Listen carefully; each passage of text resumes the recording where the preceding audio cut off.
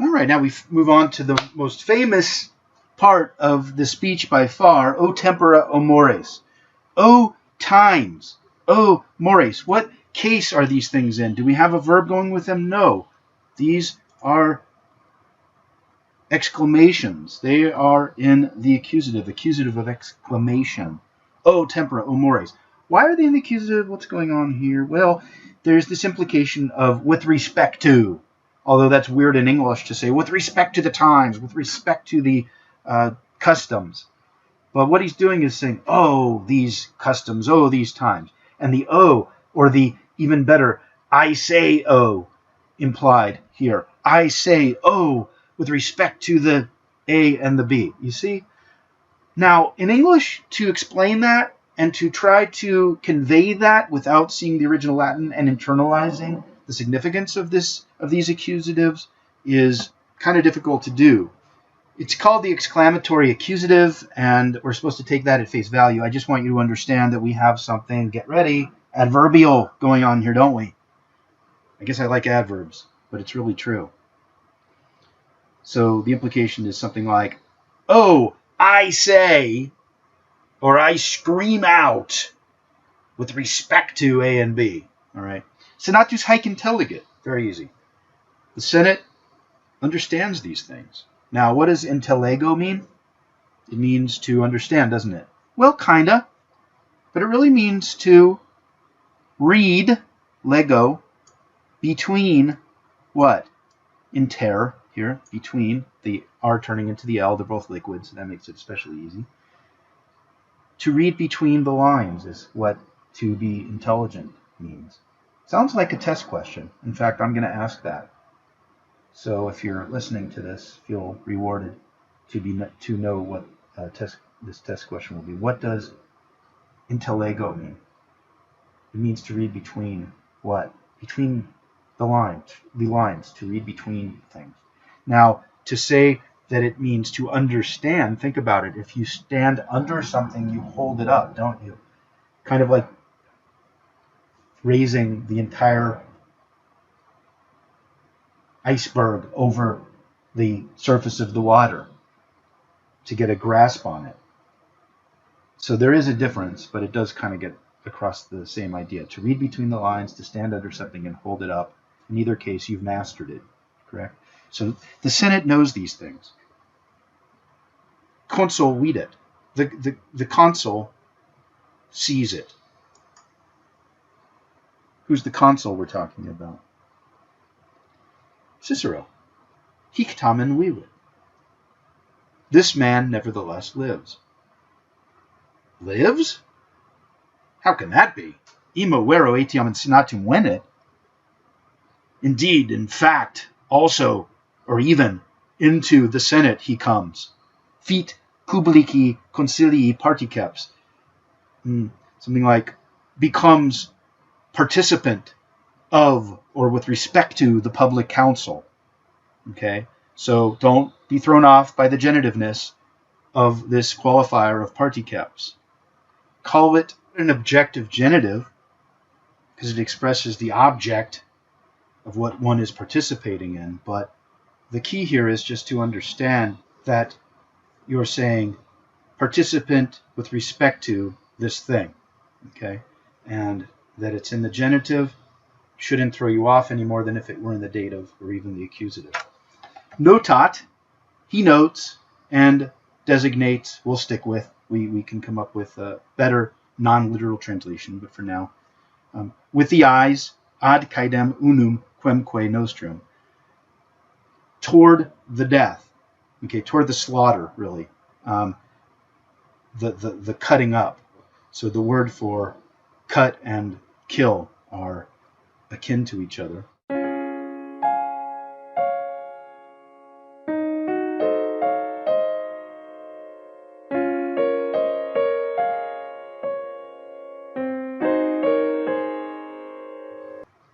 Notes and designates with his eyes toward.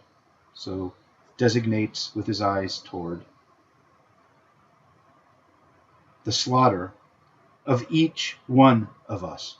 For the purpose of the slaughter is how the commentator wants us to see it. The accusative with a preposition governing the accusative of purpose.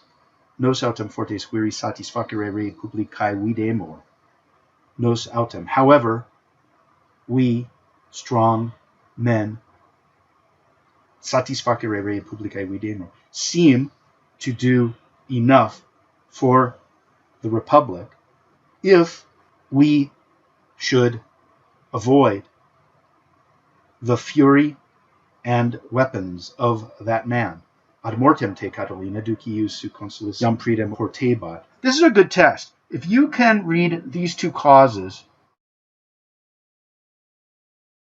you're really on your way to reading Latin. Ad mortem te Catilina duci. Ad mortem, to death. You, Catiline, to be led.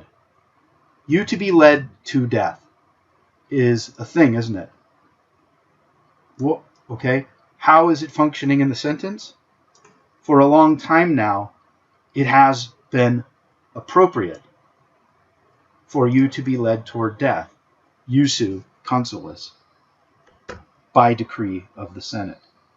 So what is the... So you often hear that oportet is impersonal, right? It's just a third person singular impersonal verb. It is appropriate for something to be the case in the infinitive. No. There is a subject for every verb, every main verb. And the subject is this: ad mortem te Catilina duci, iusu consulis, iam praedem portebat, ad mortem te Catilina duci. The subject, adverbial material, both particularizes what is being said in the verb, but also can be removed from the sentence and it will still be complete. This thing right here that we will call for now A portebat.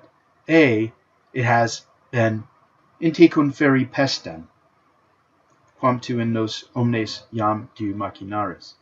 For a long time now, it has been appropriate for a scourge, plague, pest, to be carried together, to be conferred, inte, against you, into you, against you, in Catilinam, into Catiline, against Catiline, quam tu, which you, relative pronoun, the referent being pestem, this plague, to be conferred into you, to be carried into you, to be leveled against you, which you, in nos, against us, all, now, for a long time, you devise, from the deponent machinor, hence the weird ending.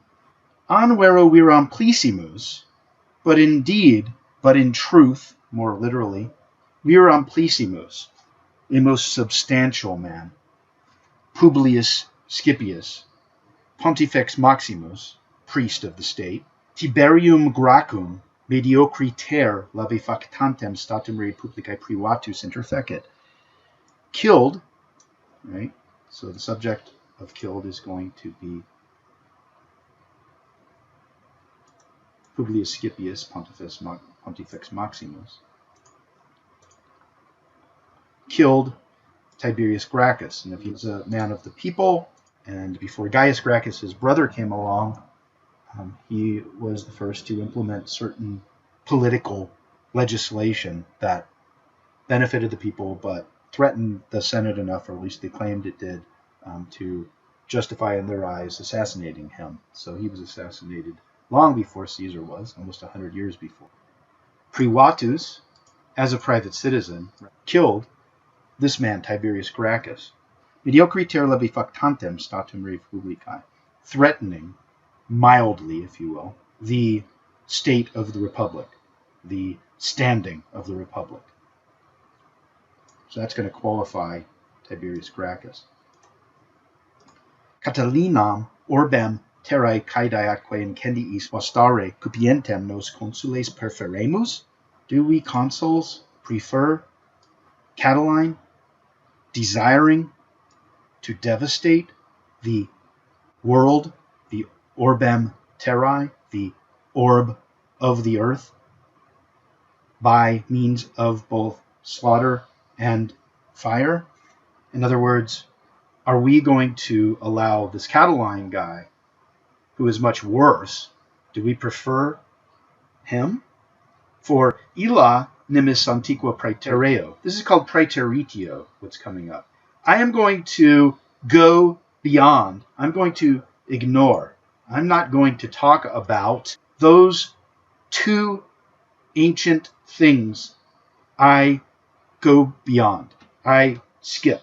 So therefore, I'm not really going to skip them, because now I'm going to tell you the things that I'm not going to talk about. That Gaius Servilius Ahala Spurius Maelius, eager for new things, newfangled remedies, eager for revolution, killed, eager with respect to new things, dative of respect, perhaps, or we might just say that it's a dative that goes with an intransitive verb.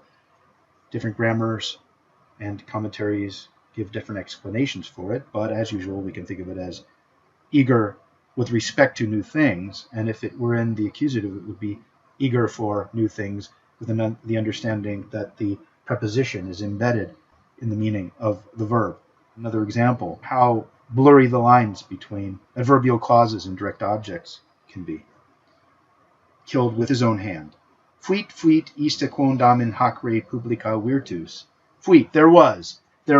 So here we have emphasis. There was, as in there no longer is. There was that once in this republic virtue. Ut, that, so namely that, viri fortes acrioribus suppliciis quivem perniciosum quam acerbissimum hostem coercerent. That strong men, right, coerced a pernicious citizen with harsher penalties than the most harsh enemy. The pernicious citizen is being compared here to the most blank enemy, and the blank is the same blank as with harsher penalties. Right? So there was once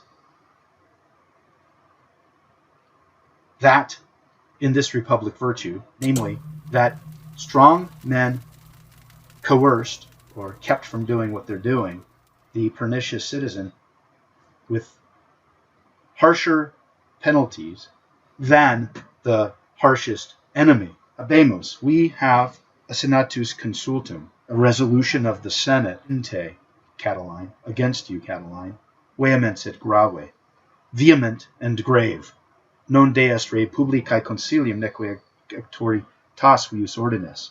Something is not lacking. What is not lacking? Non deest. Auctoritas vius ordinis. The authority of this ordo, of this order.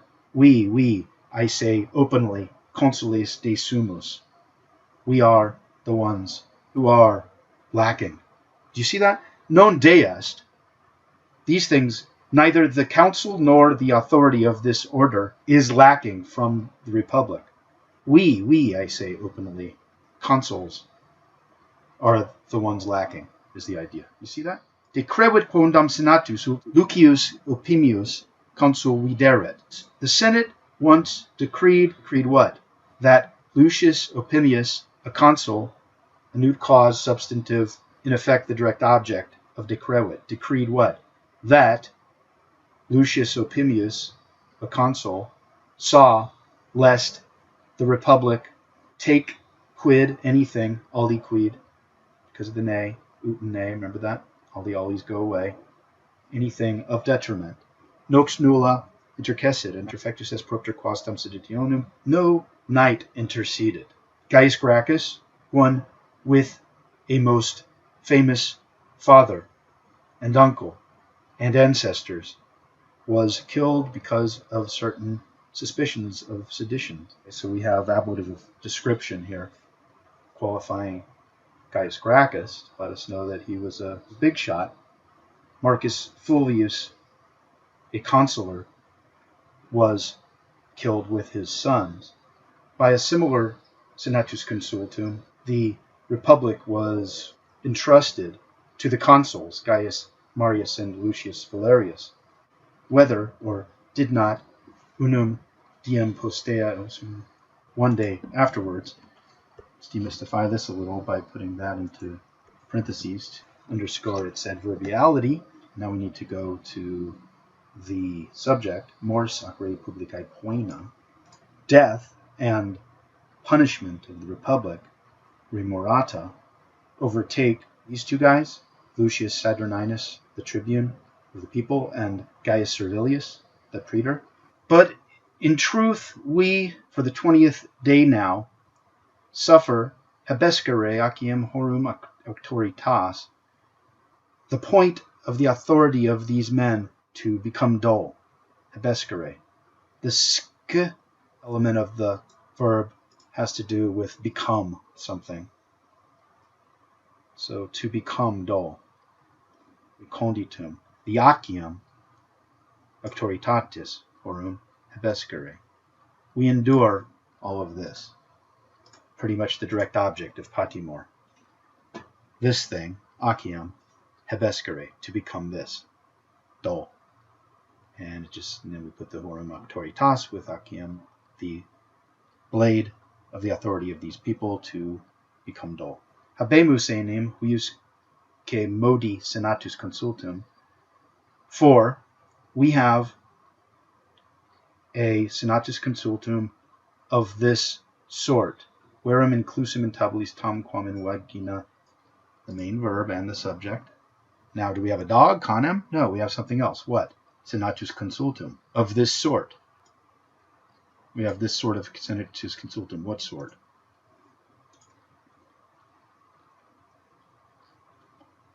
We have a senatus consultum of this sort.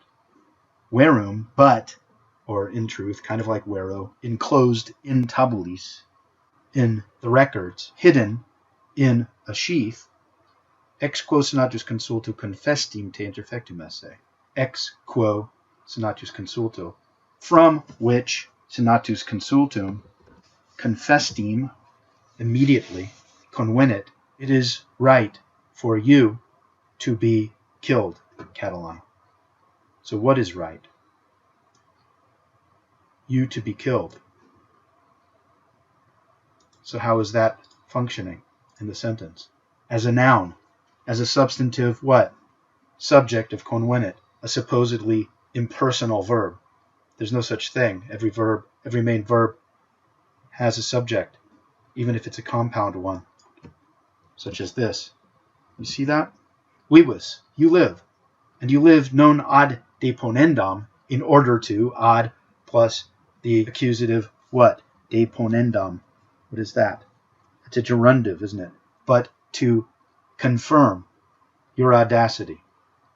I desire, patres conscripti, big word, me esse clementem, that I be merciful in these dangers to the Republic, not for me to seem to be dissolute, but now me ipse inertiae nequitiae quae condemno.